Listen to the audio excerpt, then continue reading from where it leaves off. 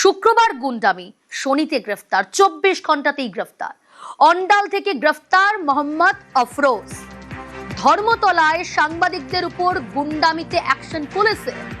24 ঘন্টায় গ্রেফতার। শুক্রবার গুন্ডামি, শনিতেই গ্রেফতার। পুলিশের জালে মোহাম্মদ আফরোজ। কে আফরোজ? এই মোহাম্মদ আফরোজের নাম বিধানসভায় করেছিলেন মুখ্যমন্ত্রী শুভেন্দু অধিকারী। কুখ্যাত আফরোজ। আরো ডিটেল জানার চেষ্টা করব, আরো আপডেট নেওয়ার চেষ্টা করব যে আর কারা কারা এখনো পর্যন্ত মোট কতজন গ্রেফতার, কতজন পুলিশের জালে। কুখ্যাত আফরোজ অন্ডাল থেকে গ্রেফতার করা হয়েছে, তাকে গ্রেফতার করেছে পুলিশ।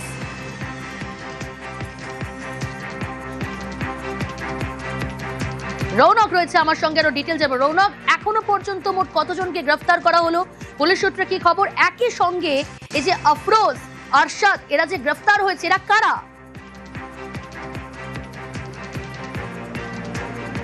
দেখো, এখন পর্যন্ত যেটা জানা যাচ্ছে 14 জনকে এই সাংবাদিক নিগ্রহ ভাঙচুরের ঘটনায় গ্রেফতার করা হয়েছে। এর মধ্যে অন্যতম মোহাম্মদ আফরোজ। এই মোহাম্মদ আফরোজের একটি সূত্র জানা যাচ্ছে যে এই আফরোজের সোশ্যাল মিডিয়া প্রোফাইলে দেখা যাচ্ছে যে তিনি মেটিয়াবুরুজের যিনি বিধায়ক এবং অভিষেক বন্দ্যোপাধ্যায়ের সঙ্গে তার একাধিক ছবি রয়েছে। এবং শুধু তাই নয়, আমরা জানতে পারছি যে এই মোহাম্মদ আফরোজ মোহাম্মদ আজাদকে সঙ্গে নিয়ে প্রায় 10 থেকে 20 জনের একটি গ্রুপ করে তারা এই আন্দোলনে এসেছিল এবং এসে তাদের উদ্দেশ্যই ছিল ভাঙচুর করা বা এরম ধরনভাবে পুলিশকে মারধর করা বা সাংবাদিকদের নিগ্রহ করা। এরম একাধিক ফুটেজ কিন্তু পুলিশ ইতিমধ্যে পেয়েছে, সেগুলোকে এক্সামিন করা হচ্ছে এবং তারপরে যখন তারা বুঝতে পেরেছে তারা পুলিশের জালে আসতে পারে, সেই কারণেই মোহাম্মদ আজাদ এবং মোহাম্মদ আফরোজ তারা শহর ছেড়ে পালিয়ে যাচ্ছিল। তাদেরকে দুর্গাপুর এক্সপ্রেস থেকে গ্রেফতার করে পুলিশ। এবং যেটা জানা যাচ্ছে এই মোহাম্মদ আফরোজ সে মেটিয়াবুরুজের বাসিন্দা, সেখানে এরকম তার একটি গ্যাং ছিল প্রায় 20 থেকে 30 জনের। তার যে সোশ্যাল মিডিয়া প্ল্যাটফর্ম তা দেখলে কার্যত অবাক হওয়ার মতো গ্যাংস্টার নিজেকে দাবি করত সে। এবং সেখানেই রয়েছে মেটিয়াবুরুজের যিনি বিধায়ক খালেক মোল্লা, তার সঙ্গে একাধিক ছবি। যদিও বা এখন সেই বিধায়ক তা অস্বীকার করছে, তিনি বলছে তিনি কোনোভাবেই আফরোজকে চেনেন না। আফরোজ একজন দুষ্কৃতী। সে দুষ্কৃতী তো বটেই, কারণ একজন নিট পরীক্ষার্থীদের নিট আন্দোলনে তিনি এসেছেন, যার পড়াশোনার সঙ্গে কিন্তু কোনো সম্পর্ক নেই।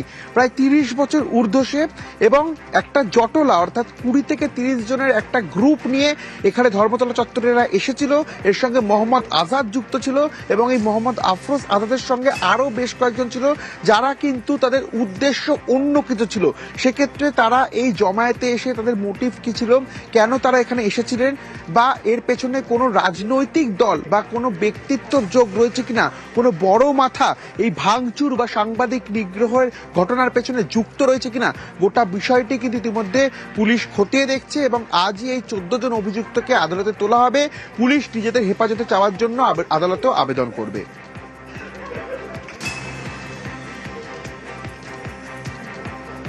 ওকে রৌনক, মোহাম্মদ আফরোজ কুখ্যাত দুষ্কৃতী। এই আফরোজ বিধানসভায় দাঁড়িয়ে মুখ্যমন্ত্রী শুভেন্দু অধিকারী আফরোজের কথা বলেছিলেন।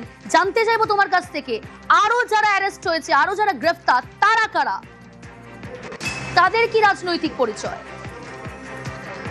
তাকে এখানে আরেকজনের নাম, দেখো এই আফরোজ ছাড়া আরো একজনের নাম উঠে আসছে, খালেদ রেজা। এই খালেদ রেজা আদতে জোড়াসাঁকোর বাসিন্দা। তারও সামাজিক মাধ্যমে দেখা যাচ্ছে যে কংগ্রেসের সঙ্গে তিনি ওতপ্রোতভাবে যুক্ত। এরকম ধরনের বেশ কিছু পোস্টার, ব্যানার এবং তিনি কংগ্রেসের কিছু ব্যবসায়িক সমিতি কিছু পোস্ট হোল্ড করেছে, এরকমই নিজেই কিন্তু পোস্টার আপলোড করেছে।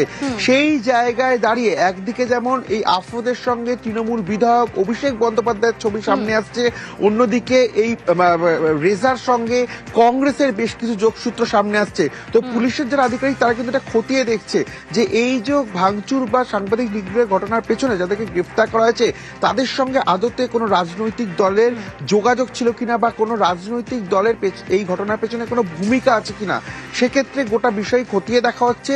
এবং যাদেরকে এখনো পর্যন্ত গ্রেফতার করা হয়েছে তাদের মধ্যে কেউই কিন্তু এখনো পর্যন্ত পড়াশোনার সঙ্গে যুক্ত নয়, কারণ বেশিরভাগ প্রায় 80% যাদেরকে গ্রেফতার করেছে তার মধ্যে 30 থেকে 40 বছর।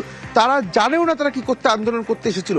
সেই জায়গায় দাঁড়িয়ে তাদের মোটিভ কি ছিল, ভাঙচুর করা এবং পুলিশকে মারধর করা বা সাংবাদিকদেরকে মারধর করা, এর পেছনে কাদের মদত রয়েছে এই বিষয়টি কিন্তু ইতিমধ্যে পুলিশ জানতে চাইছে। এই কারণেই তাদেরকে আজ নিজেদের হেফাজতে চাওয়ার জন্য আদালতেও আবেদন করা হবে পুলিশের তরফ থেকে।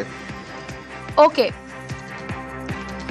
ধৃত মোহাম্মদ আফরোজ, এই আফরোজের সঙ্গে মেটিয়াবুরুজের তৃণমূল বিধায়ক আব্দুল খালেক মোল্লার ছবি দেখাবো আপনাদের। কিন্তু এই খালেক মোল্লা তিনি কি বলছেন একবার শুনুন।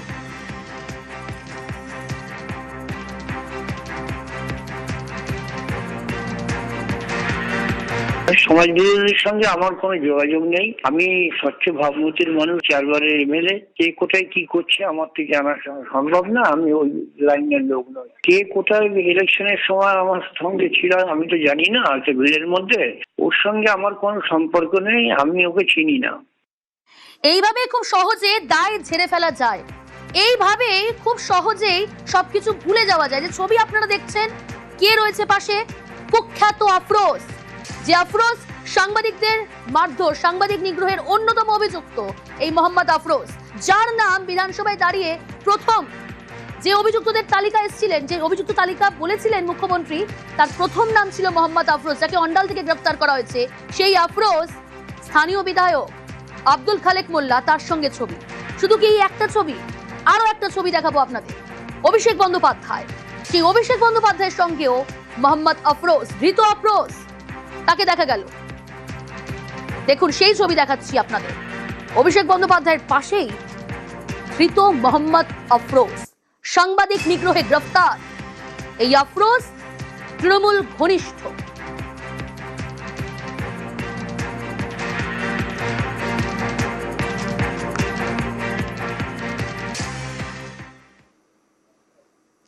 তৃণমূল জামাতিদের পার্টি, জামাতিদের সঙ্গে তৃণমূলের যোগ স্বাভাবিক, ছবিগুলো তো দেখালাম তেমনটাই। গুন্ডা দমন আইনে সাজা হবে, কড়া হুঁশিয়ারি মুখ্যমন্ত্রী শুভেন্দু অধিকারী।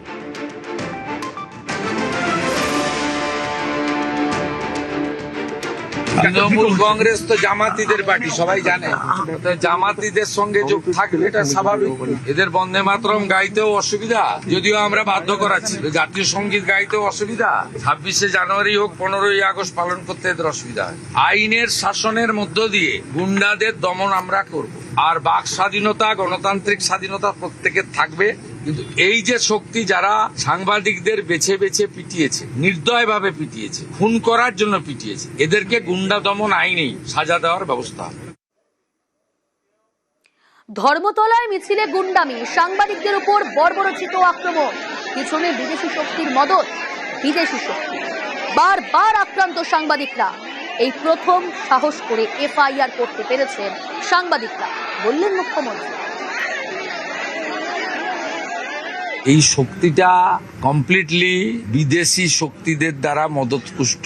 এদের সঙ্গে ককরোচ পার্টি, নিট আন্দোলনের কোনো সম্পর্ক নেই। এরা কেউ ছাত্র নয়, এরা কমপ্লিটলি জামাতি, মৌলবাদী এবং ভারতবর্ষকে দুর্বল করতে চায়, অশান্তি করতে চায়। এই খারেজি মাদ্রাসা, তার রেজিস্ট্রেশন নিয়ে তদন্ত হচ্ছে, এদের রাগ আছে।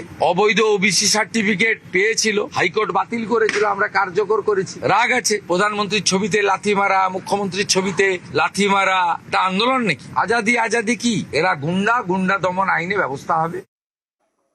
বামেদের কর্মসূচিতে সাংবাদিকদের মারধর, হেনস্থা, নিগ্রহ। বামেরা কি বলছেন? বামেদের নানা মনির নানা মত, ওই দায় ঠেলাঠেলি। এক বাম নেতার সঙ্গে আর একজনের বক্তব্য অনেকটা চেষ্টা করেও খাপ খাওয়ানো যাচ্ছে না।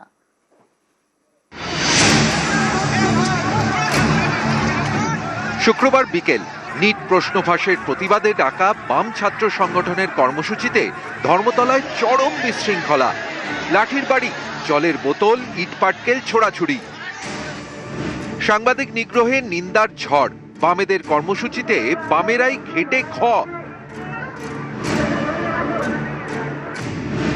কিন্তু সোশ্যাল মিডিয়ায় মধুজা সেন রায়ের বক্তব্যের অর্থ কি? তিনি কি সংবাদ মাধ্যমকেই দোষারোপ করে নিগ্রহকে যথার্থ বলতে চাইছেন নাকি? কিন্তু বিকাশ রঞ্জন ভট্টাচার্য তো সোশ্যাল মিডিয়ায় লিখেছেন, বামেদের ভিড়ে ছদ্মবেশীরা ঢুকে ইট পাটকেল ছুঁড়ে উস্কানি দিয়েছে। এই ঘটনাগুলো বামপন্থী ছাত্র যুবরা করে না।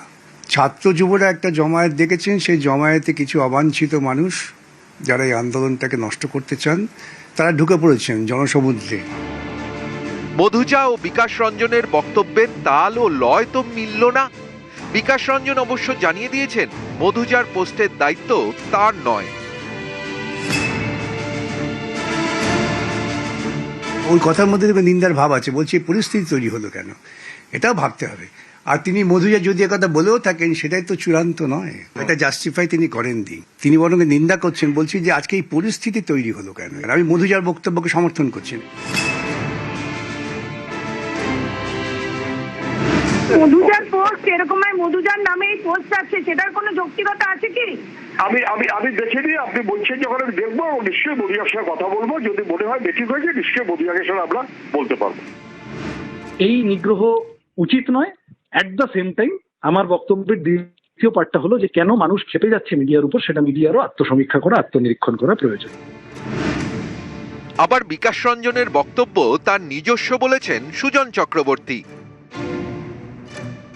বিকাশবাবু পোস্ট করেছেন আপনারা বলছেন, তাতে তিনি কার পক্ষে বলবেন কার বিরুদ্ধে বলবেন নিশ্চয়ই তিনি যথেষ্ট ভালো বোঝেন। ইতিমধ্যে আবার শমিক লাহিড়ীর ভিডিও ভাইরাল হয়েছে। সেই ভিডিওয়ে দেখা যাচ্ছে সাংবাদিক নিগ্রহের সময় সিপিআইএম নেতা শমিক লাহিড়ী হাসতে হাসতে ভিড় থেকে বেরোচ্ছেন, অথচ তাণ্ডব থামাচ্ছেন না।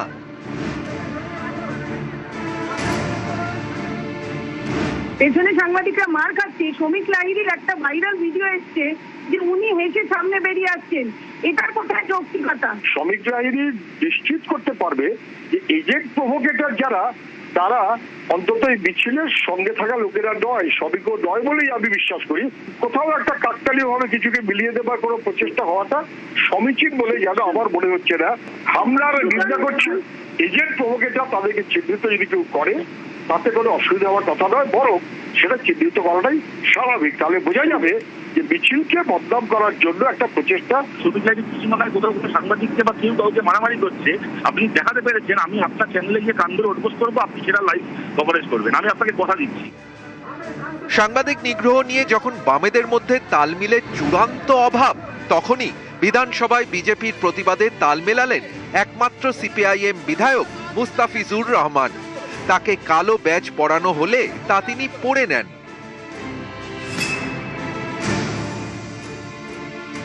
দেখিনি ভিডিওটা, যদি এই ধরনের ঘটনা হয় বা যদি এই ধরনের যা বলছেন আপনি সেটা হলে সেটা কখনোই অনবৃপেত, এটা হওয়া উচিত না, এটাকে সমর্থন করা যায় না। যে ঘটনা গতকালকে ঘটেছে, সাংবাদিকদের উপরে যে আক্রমণ হয়েছে, এই আক্রমণের নিন্দা জানানোর কোনো ভাষা নেই, আমরা নিন্দা জানাচ্ছি। বামেদের বেতাল দেখে ভাতারের বিজেপি বিধায়ক সৌমেন কারফা বলছেন এই কারণেই তিনি বাম সঙ্গ ত্যাগ করেছেন। আমাদের সঙ্গে মতে মেলেনি বলিতে বেরিয়েছি। কালকে যখন একটি TV9-এর সাংবাদিককে মারছে, শমিক লাহিড়ী হাসছেন, তার যদি এই রকম ধরনের কাণ্ড জ্ঞানহীন আচরণ হয়, একটা কোথাও না কোথাও প্রত্যক্ষ পরোক্ষ সিপিএম SFI এর সমর্থন আছে। নিউজ 18 বাংলা। ধর্মতলা ধুন্ধুমারের দায় নিতে নারাজ সিজেপি। শুক্রবার সাংবাদিক নিগ্রহের সঙ্গে যোগ খারিজ ককরোচদের দাবি, বহিরাগতরা আন্দোলন হাইজ্যাক করেন, তারপরেই মিছিলে চরম বিশৃঙ্খলা বলে দাবি আটশোলাদের। আপাতত আর কোনো কর্মসূচি নেই বলেও জানিয়ে দিয়েছে সিজেপি।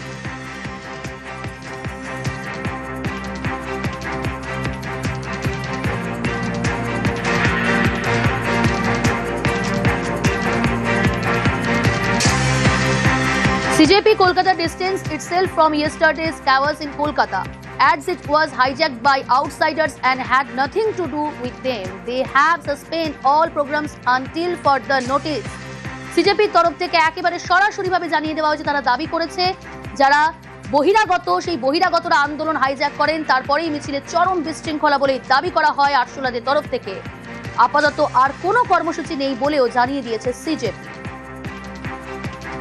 পুলিশ এবং প্রেস মিডিয়ার ওপর যেভাবে বহিরাগত গুন্ডারা আক্রমণ করেছে, তাতে আমাদেরও অনেকে আক্রান্ত। আমরা পুলিশ প্রশাসনকে মেল করে জানিয়ে দিয়েছিলাম যে ওনাদের পারমিশন পাইনি বলে আমরা এই মিছিল করছি না। এই প্রশাসন ওই জন্য পুলিশ প্রশাসনের পারমিশন না পাওয়ার জন্য ককরোচ জনতা পার্টি কলকাতা করেনি। এবং আমরা পুলিশ প্রশাসনের কাছে অনুরোধ করছি, যেই অছাত্ররা গুন্ডামি করবে বলে ছাত্রদেরকে সামনে রেখে এই মিছিলে ঢুকেছিল, তাদেরকে চিহ্নিতকরণ করে দৃষ্টান্তমূলক শাস্তি দেওয়া হোক।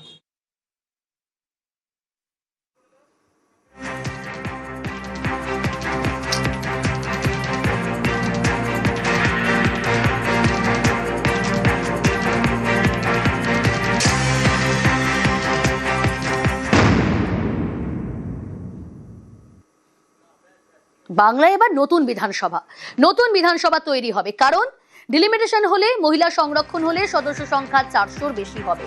বিধানসভায় জানালেন মুখ্যমন্ত্রী শুভেন্দু অধিকারী।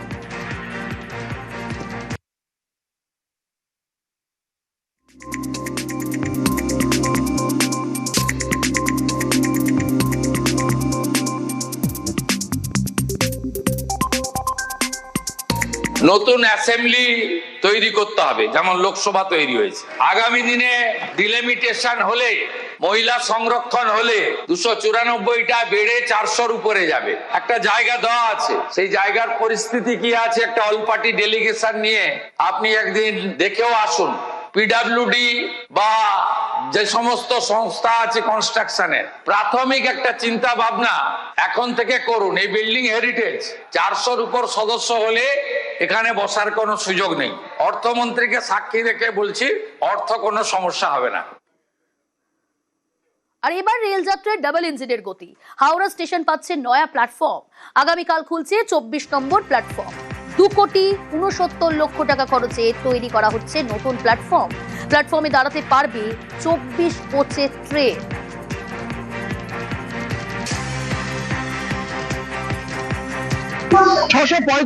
মিটারের দৈর্ঘ্যের সর্ববৃহৎ প্ল্যাটফর্ম পেতে চলছে হাওড়া স্টেশন।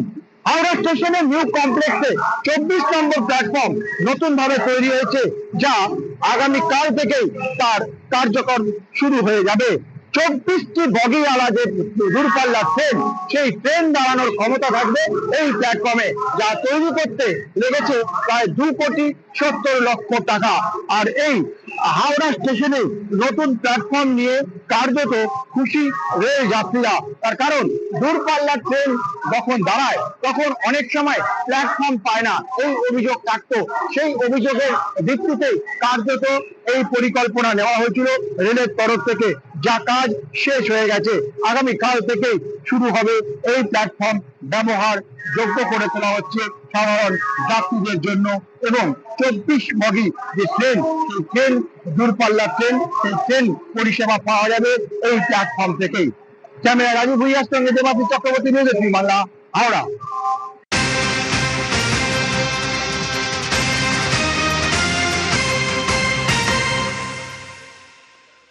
হাবড়া দিকে নজর রাখি। হাবড়ায় 2টি চানাচুরের দোকান, সেখানে হানা খাদ্য সুরক্ষা দফতরের। ঠিক কি কারণে চানাচুরের দোকানে হানা, ডিটেল জানার চেষ্টা করব। সেখানে কি খাদ্য সুরক্ষা আইন মানা হয়নি, কি কারণে হানা? জিয়াউল রয়েছে আমার সঙ্গে। জিয়াউল, দেখো, খাদ্য সুরক্ষা আইন তুমি যেমনটি বলছিলে, কোন রকম ভাবে আইন মানা হয়নি। অর্থাৎ লাইসেন্স রয়েছে, কিন্তু কোনো নিয়ম তোয়াক্কা করা হয়নি, এমনটা অভিযোগ পেয়ে একেবারে ডিএবি সঙ্গে খাদ্য সুরক্ষা দপ্তর এবং পুলিশ সেখানে যৌথ হানা দেয়। এবং সেখানে যে স্বাস্থ্যকর পরিবেশ নেই, অস্বাস্থ্যকর পরিবেশ, এবং সেখানে কুকুর ঘুরে বেড়াচ্ছে, এই ধরনের একাধিক অভিযোগ দেখা যায়। এবং সেখানে দেখা যায় যে এই ধরনের অস্বাস্থ্যকর পরিবেশে সেখানে চানাচুর প্যাকেট হচ্ছে, এবং চানাচুরের যে প্যাকেট, সেখানে যে প্যাকেটের কোনো নির্দিষ্ট ডেট তারিখ নেই, অর্থাৎ তার মেয়াদ নেই, এই ধরনের একাধিক অভিযোগ রয়েছে। ফলে তারপরে সেই 2টি চানাচুরের দোকান, সেখানে খাদ্য সুরক্ষা দপ্তরের আধিকারিকরা সেখানে যায় এবং সেখানে গিয়ে এই 2টি দোকান সিজ করে দেয়। মূলত কোনো আইন মানা হয়নি, আইনের বুড়ো আঙুল দেখিয়েই এই ধরনের চানাচুর ফ্যাক্টরি চানাচুর তৈরি হচ্ছিল। ফলে সেখানে খাদ্য সুরক্ষা দপ্তর এবং পুলিশ এবং ডিএবি 3টি দপ্তর সেখানে যায় এবং সেখানে গিয়ে তল্লাশি অভিযান, এবং দেখা যায় যে প্রচুর পরিমাণে অস্বাস্থ্যকর জায়গা, নোংরা জায়গা, এবং কোন রকম নিয়ম মানা হয়নি, কুকুর ঘুরে বেড়াচ্ছে, এই ধরনের একাধিক অভিযোগ পাওয়ার পরে এই 2টি কারখানা কিন্তু সিজ করে দেয় খাদ্য দপ্তরের পক্ষ থেকে। ওকে, এরা উইদাউট লাইসেন্স নিয়ে ব্যবসা করছে ঠিকই, কিন্তু লাইসেন্স নেওয়ার পরও যে প্রোটোকলগুলো মেনটেন করতে হয়, যে গাইডলাইন্সগুলো আছে ফুড সেফটি আইনের, সেই আইনগুলো তারা মানছিলেন না। তোমাদের তো প্রচন্ড অস্বাস্থ্যকর পরিবেশে খাদ্যদ্রব্য প্রস্তুত করছিলেন, যে সেখানে কুকুর বিড়াল এরকম ঘুরে বেড়াচ্ছে। প্যাকেজিংয়ে তাদের লেবেলিং মিস্টেক দেখা গেছে, কারণ তাদের প্যাকেটের গায়ে না আছে ম্যানুফ্যাকচার ডেট, না লাইসেন্স নাম্বার, এবং না এক্সপায়ারি ডেট। যে ওয়ার্কাররা কাজ করছে তাদের পায়ের ধুলো সেই খাবারের সাথে মিশছে। যে কোনো দুর্নীতি, সিন্ডিকেট, কাটমানিতে 0 টলারেন্স, একেবারে কড়া বার্তা মুখ্যমন্ত্রী। নকশালবাড়িতে রাজস্ব আদায়ের রেকর্ড, 1 বছরে রাজস্ব 3 মাসেই আদায়। তৃণমূল আমলে বছরে কর আদায় 10 লক্ষ টাকা। অভিযোগ হচ্ছে গত জামানায় জমাই পড়তো না রাজস্ব। আর এখান থেকেই তো প্রশ্ন উঠছে, তাহলে কাদের পকেটে ঢুকতো সরকারের টাকা? সব থেকে বড় প্রশ্ন। কাটমানি সিন্ডিকেটে জিরো টলারেন্স। নকশাল বাড়িতে রাজস্ব আদায়ের যে রেকর্ড, 1 বছরে রাজস্ব 3 মাসেই আদায়। বিশ্বজিৎ রয়েছে আমার সঙ্গে। বিষয়ে সব থেকে বড় প্রশ্ন, কাদের পকেটে ঢুকতেই টাকা? দেখো, বিজেপির অভিযোগ পরিষ্কার, যে হারে তৃণমূল সরকার ছিল তৃণমূল নেতাদের পকেটেই কিন্তু এই রাজস্বের কাটমানির টাকা যুক্ত। তা না হলে গোটা বছর জুড়ে 10 লক্ষ টাকা রাজস্ব আদায় হচ্ছে, আর পালা বদলের পর 3 মাসে 7 লক্ষ টাকা। কিভাবে এই রাজস্ব আদায়ের কারচুপি হতো তা নিয়ে কিন্তু অবশ্যই তারা তদন্তের দাবি তুলছে। যদিও ভূমি রাজস্ব দপ্তর বলছে যে বিভিন্ন খাত থেকে গত 3 মাসে 7,90,000 টাকা উঠেছে, যা গত বছরে প্রায় 10 লক্ষ টাকা উঠেছিল। এই কারচুপি কোথা থেকে তা নিয়েও কিন্তু তারা ধন্দে রয়েছে। যদিও পুরো বিষয়টি নিয়ে পরিষ্কার বোঝা যাচ্ছে যে ভূমি রাজস্ব দপ্তর গত 3 মাসে যে পরিমাণ রাজস্ব আদায় করেছে তা কার্যত নজিরবিহীন। কারণ গত 1 বছরে তৃণমূল সরকারের আমলে বাড়ি থেকে শুরু করে বিভিন্ন বাণিজ্যিক খাজনা আদায়ে মাত্র 10 লক্ষ টাকা উঠেছিল, আর 3 মাসে সেখানে 7,90,000 টাকা। গোটা ঘটনায় রাজ্য সরকারের পদক্ষেপে এই রাজস্ব কিন্তু আদায় হচ্ছে, বিজেপি নেতৃত্ব মনে করছে। কারণ তুমি জানো যে পালা বদলের পর অগ্নিমিত্রা পাল তিনি পরিষ্কার নির্দেশ দিয়েছিলেন রাজস্ব আদায় বৃদ্ধি করতে হবে। সেক্ষেত্রে দিনে এবং রাতে টহলদারি চালায় ভূমি রাজস্ব দপ্তর। বালির রেট থেকে শুরু করে বাণিজ্যিক খাজনা এবং বিভিন্ন জায়গা থেকে রাজস্ব আদায়ের ক্ষেত্রে এই নজির কিন্তু উদ্ধার হয়েছে।